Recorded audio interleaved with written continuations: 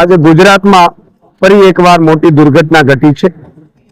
આ દુર્ઘટના માનવ સર્જિત દુર્ઘટના સૌરાષ્ટ્રથી મધ્ય ગુજરાતના જોડતો બ્રિજ જે પાદરાના મુજપરા પાસે ગંભીરા બ્રિજ છે એ તૂટી પડ્યો અને 4 વાહનો ટ્રકો અને પિકઅપ વાન સહિત 4 વાહનો નદીમાં ખાબકી પડ્યા।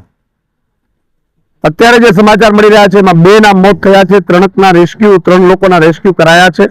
જેના મૃતકો છે એમને ભગવાન એમની આત્માને ભગવાન શાંતિ અર્પે અને ઘાયલોને તુરંત સ્વસ્થ થાય એવી મારી ભગવાનને પ્રાર્થના છે।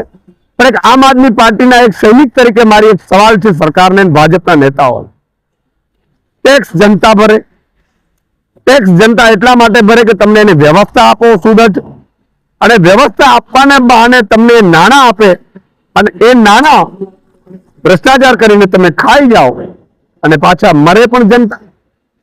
જનતા ક્યાં સુધી આ ભાજપના ભ્રષ્ટાચારનો ભોગ બનતી રહેશે?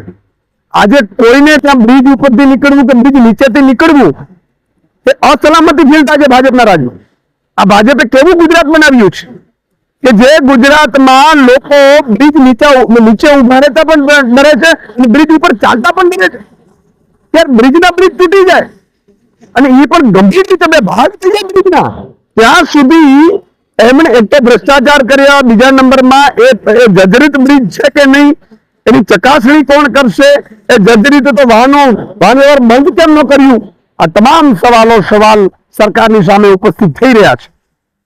અમે નિષ્પક્ષ તપાસની માંગ કરી રહ્યા છીએ અને બીજી વાર કોઈ પણ નાગરિકને આવી રીતે મોત ન થાય એની પણ અમે સુદૃઢ વ્યવસ્થા થાય એવી માંગ કરી રહ્યા છીએ। અને સાથે સાથે મુખ્યમંત્રીને કહેવા માંગીએ છીએ કે માત્ર ઘોડપણથી રાજ્ય નથી ચાલતું, ઘોડપણથી ઘર પણ નથી ચાલતું।